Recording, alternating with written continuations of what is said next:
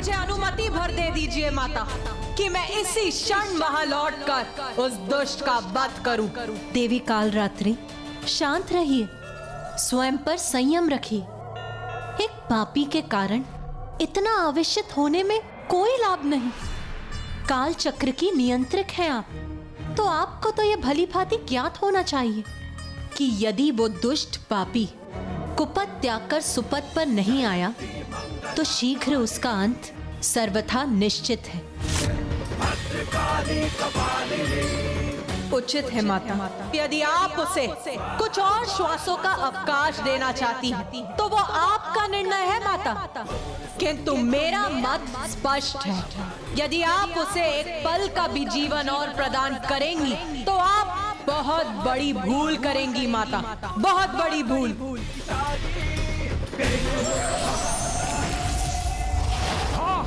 भूल की थी मैंने, आपकी पूजा कर, आप पर निर्भर होकर।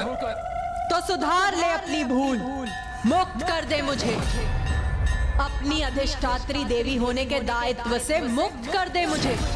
क्यों बार बार तामसिक पूजा के बल से मेरा ही आवाहन कर मुझसे सहायता की भिक्षा मांगता है? साम दाम दंड भेद सबका प्रयोग उचित है माता, विजय प्राप्ति के लिए। इसलिए भिक्षा है ये तो भिक्षा ही सही, किंतु आपको अपना कवच, अपनी शक्ति बनाकर देवी आदि शक्ति का सामना करेगा ये दुर्गमासुर। अरे मूर्ख, माता आदि शक्ति का सामना करेगा तू? इतना अहंकार है तुझे अपनी शक्ति पर, तो उसके पूर्व उनसे तो निपट जो तेरे पीछे,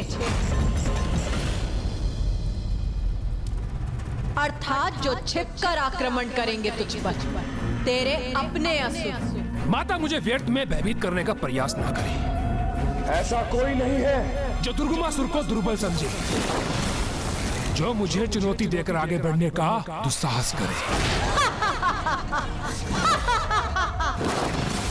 बहुत बड़ा भक्त बनता है ना तू मेरा, बहुत पूजा भी की है तूने मेरी, तो जा, मैं तुझे आभास करने की शक्ति प्रदान करती, जिससे तू अपनी ओर आते हुए शत्रुओं का आभास कर सकेगा।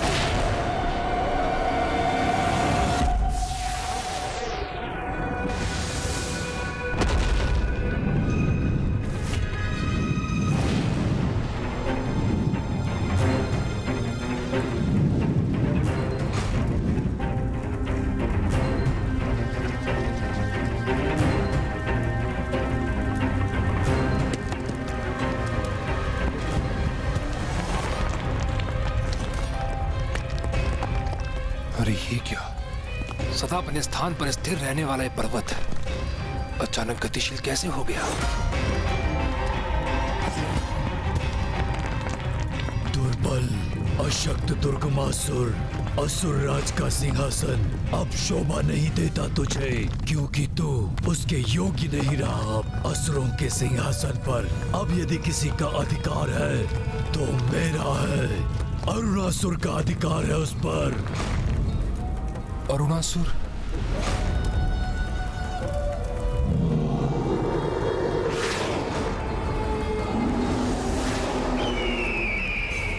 नहीं, मैं किसी को भी स्वयं के लिए संकट बनने नहीं दूंगा।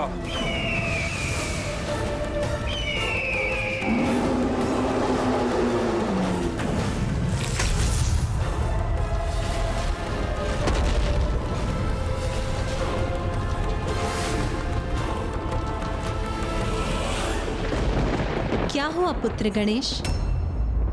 कोई चिंता सता रही है तुम्हें? माता कालरात्रि का ये विश्वास है कि उस दुष्ट महापापी दुर्गमासुर को पल भर के लिए भी जीवित छोड़ना बहुत बड़ी भूल होगी। उनका ये विश्वास उचित नहीं प्रतीत होता आपको? पुत्र गणेश, देवी कालरात्रि का विश्वास उनके स्थान पर उचित है, किंतु दुर्गमासुर जैसे महापापियों के पापों का भार उसके साथ अन्य महापापियों के विनाश का द्वार भी खोलेगा। और निश्चित रहो पुत्र, जब ऐसा होगा तब वो उसके विनाश का उपयुक्त समय होगा।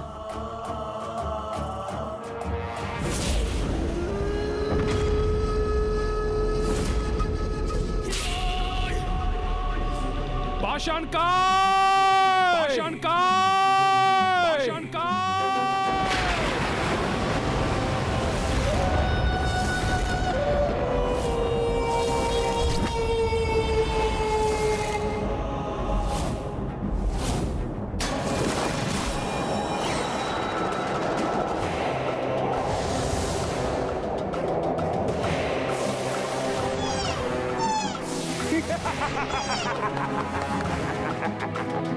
पाषाणकाय! पाषाणकाय!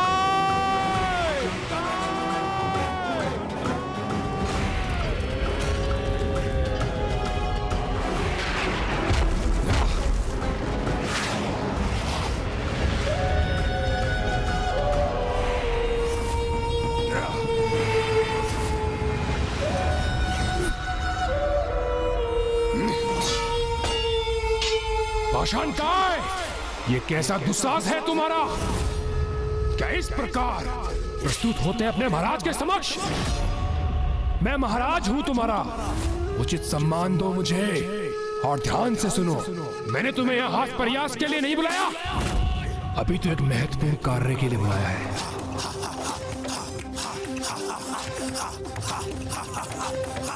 जाओ, यथाशीघ्र जाकर यहाँ की सुरक्षा का दायित्व संभालो। एक द्रोही असुर मुझ पर, तुम्हारे महाराज पर आक्रमण करने के लिए यहाँ पर आ रहा है। स्मरण रहे, वो यहाँ प्रवेश करने पर तनिक भी श्वास लेने के योग्य ना रहे। चिंता न करें असुर महाराज, आपका आदेश मेरा कर्तव्य है। मैं अभी मुख्य द्वार पर स्थित हो जाता हूँ और मेरे रहते कोई भी शत्रु प्रवेश नहीं कर सकेगा।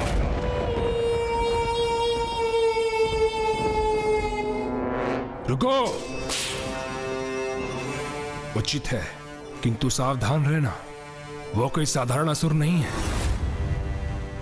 स्वयं को अन्य की दृष्टि से छुपाने के लिए वो अपना रंग रूप आकार परिवर्तित करता है और उन्हें अपने वातावरण के अनुरूप ढालकर उसमें ऐसा घुल जाता है कि कोई भी उसे देख नहीं सकता।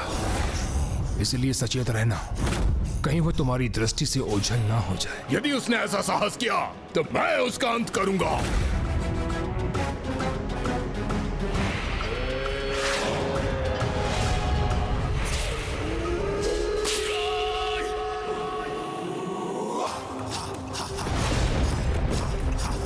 अरुणासुर, जो भी हो तुम, मेरा यह सेवक पाषाणकाय तुम्हें अपने पैरों तले कुचल कर रख देगा।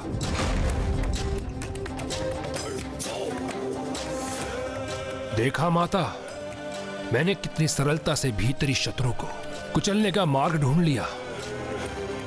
आप देखना, मैं आदिशक्ति माता को पराजित करने का मार्ग भी अवश्य ढूंढ लूंगा।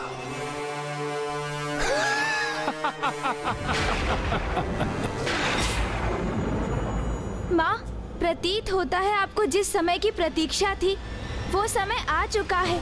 हाँ माँ, क्या अब वो दुराचारी असुर अपनी सारी सीमाओं का उल्लंघन कर चुका है? हाँ पुत्र, जब दुर्गमासुर ने अपने प्राणों को दांव पर लगाने का हठ कर ही लिया है, तो फिर उसकी ये इच्छा पूर्ण करना एक माँ का कर्तव्य है। उसकी ये इच्छा अवश्य पूर्ण होगी।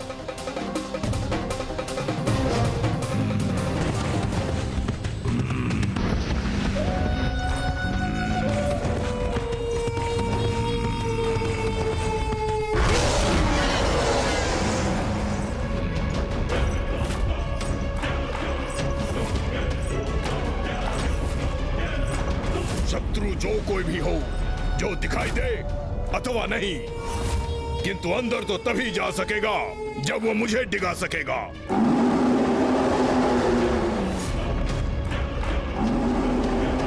जो कोई भी हो, द्रोही असुर, सुनो मेरी चेतावनी, मुझे मेरे स्थान से नहीं डिगा सकोगे तुम।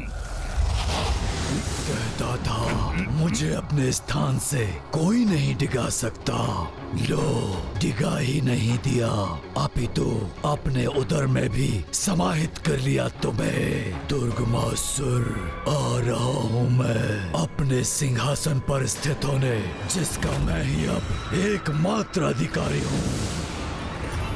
मेरे चारों ओर चमकीले आवरण होने का ये कैसा आभास हो रहा है मुझे?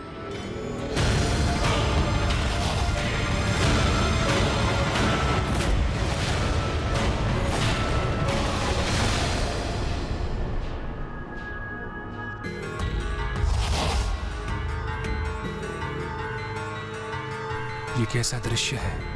ये सत्य है अथवा मेरा भ्रम?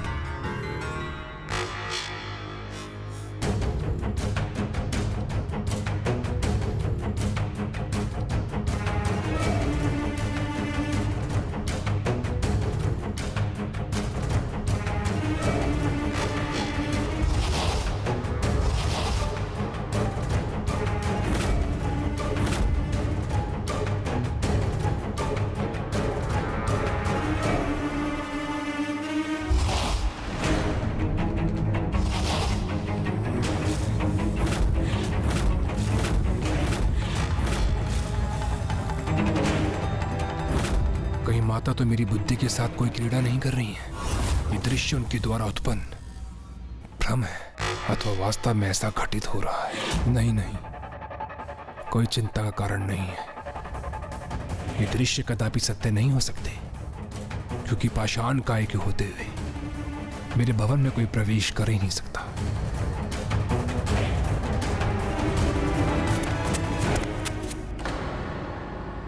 ये किसकी पश्चात की ध्वनि है?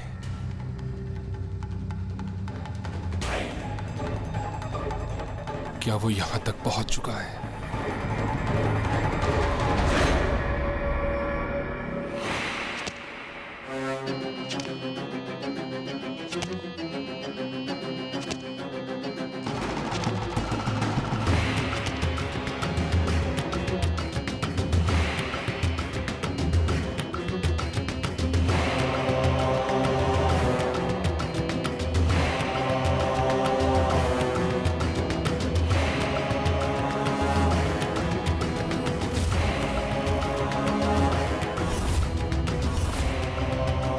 उसे देख पाने में अक्षम हूं, किंतु कोई यहां है अवश्य। कदाचित मैं अपने सिंहासन पर ही सुरक्षित रहूंगा।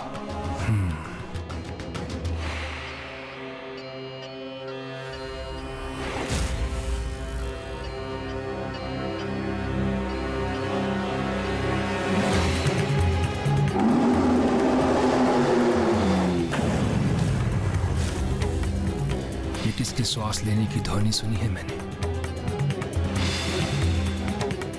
यदि यहाँ कोई है तो फिर मुझे दृष्टिगोचर क्यों नहीं हो रहा है? कहीं मेरा कपोल कल्पित भय सत्य तो नहीं होने जा रहा?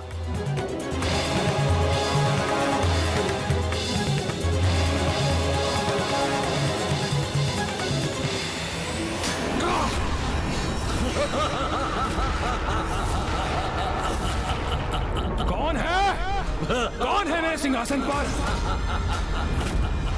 सिंहासन का योग्य अधिकारी अरुणासुर,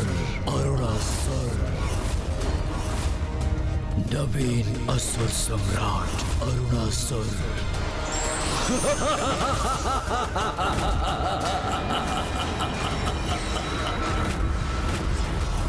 नवीन असुर सम्राट अरुणासुर।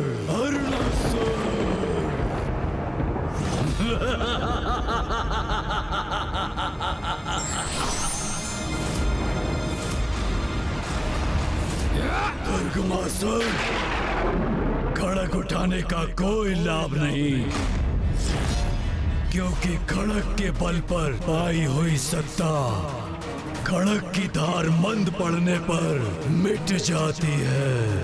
आज से तुम्हारा शासन समाप्त और मेरा शासन प्रारंभ हुआ। अरुणासुर, बहुत अनर्गल प्रलाप कर चुके हो तुम। तुम्हारे लिए तो मेरे सैनिकों की खड़क ही पर्याप्त है।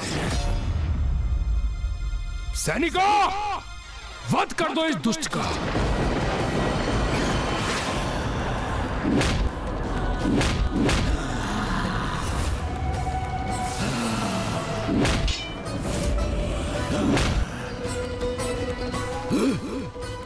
व्यर्थ का श्रम कर रहे हो मूर्ख।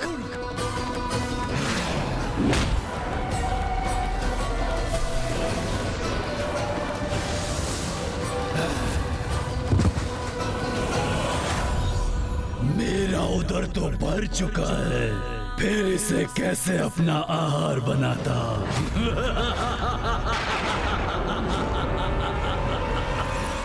क्या हुआ दुर्गमासुर? ऐसे स्तब्ध खड़े होकर मुझे क्यों देख रहे हो? अपनी सत्ता पलटते देखकर स्वयं के नेत्रों पर विश्वास नहीं हो रहा है क्या? क्षमा नहीं करूंगा तुम्हें, तुम्हारी इस उदंडता का दंड दूंगा तुम्हें। पाषाण का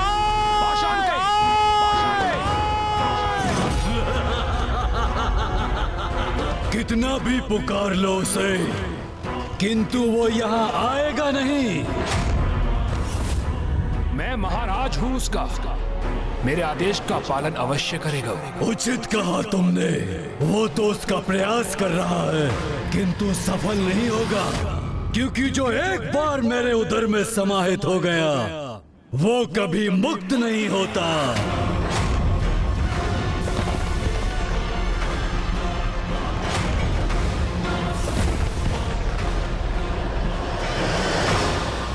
पाषाण का शरीर है ना उसका, इसीलिए उसका पाचन करने में थोड़ा सा समय अवश्य लगेगा, किंतु तुम तनिक भी चिंता ना करो, तुम्हारा पाचन करने में अधिक समय नहीं लगाऊंगा मैं। खुले नेत्रों से स्वप्न देख रहे हो तुम अरुणासुर, क्योंकि ऐसा समय कभी नहीं आएगा। मैं अभी इसी क्षण तुम्हारा वध करूंगा, किंतु उससे पूर्व तुम्हारी जीवा को तुम्हारे मुख से विलक करूंगा मैं। ना एक व्यर्थ प्रयास करोगे, ब्रह्मदेव के विशेष वरदान से सुरक्षित हूं मैं, जिसके अनुसार मेरा वध कोई नहीं कर सकता और तुम भी नहीं। मुझसे पराजित होना तो नियति है तुम्हारी, इसीलिए अपने प्राणों की रक्षा चाहते हो तो स्वेच्छा से त्याग दो ये सिंहासन, अथवा तुम्हें भी मेरा भोजन बनना पड़ेगा। कदाचित तुम भी भूल रहे हो, मुझे भी ब्रह्मदेव का वरदान प्राप्त है, जिसके अनुसार इस संसार में कोई भी मेरा वध नहीं कर सकता। वध नहीं किया जा सकता तुम्हारा, परंतु निगला तो जा सकता है ना तुम्हें, फिर आजीवन तड़पते रहना मेरे उदर की जठराग्नि में।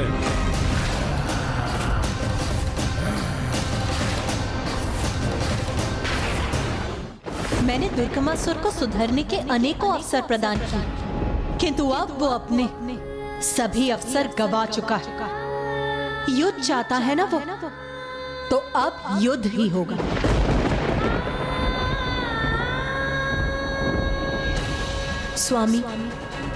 स्वामी मुझे आज्ञा दीजिए, मुझे विंध्याचल पर्वत पर स्थित होना होगा। विंध्याचल पर्वत?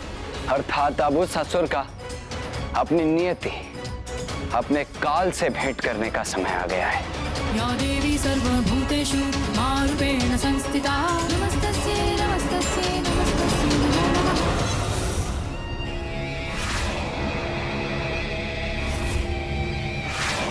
ये क्या, इससे तो मैं आजीवन इसका बंधक बनकर रह जाऊंगा, सब व्यर्थ हो जाएगा मेरा अब तक का परिश्रम। मुझे इससे निवारण का उपाय ढूंढना होगा, वो भी अति शीघ्र।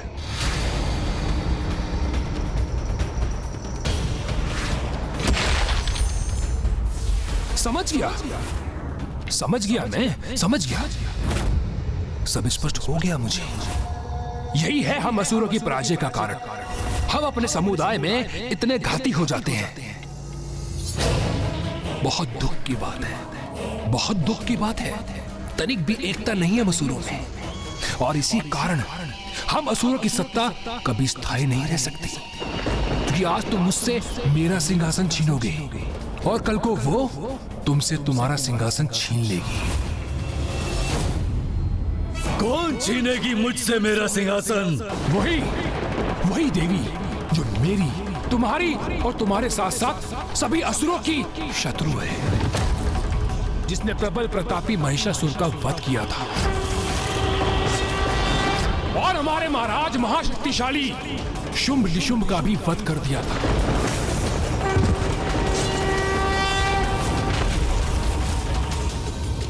वही देवी जिसको ये सारा संसार आदिशक्ति के नाम से पुकारता है। देवी आदिशक्ति, मेरा सिंहासन चाहते हो ना तुम? अवश्य ले लेना, किंतु उससे पूर्व स्वयं को मुझसे अधिक बलशाली और योग्य प्रमाणित करो। साहस है तो जाओ, सर्वप्रथम जाकर विंध्याचल वासिनी देवी को पराजित करो। कहो, है तुम में इतना सामर्थ्य? है तुम में सिंहासन पर स्थापित होने की क्षमता? कहो अनासुर, कहो। हाँ, मुझ में है वो बल, वो क्षमता जिससे मैं देवी आदिशक्ति के अस्तित्व को ही नष्ट कर दूंगा और फिर मैं तुम्हें अपना दास बनाकर असुर सम्राट के पद पर स्थापित होऊंगा। मैं इसे कहते एक बाण से दो लक्ष्य साध लेना। अब आदिशक्ति और अनासुर के मध्य भीषण युद्ध का परिणाम होगा। अब अंत जिसका भी हो, आनंद तो मैं ही मिलाऊंगा। कहो, यह स्वीकार है तुम्हें?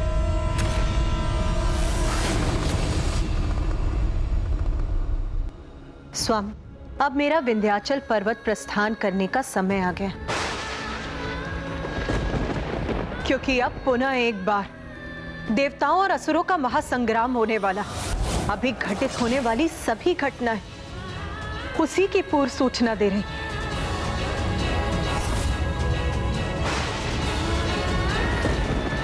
अर्थात अब उस असुर का अपनी नियति, अपने काल से भेंट करने का समय आ गया है।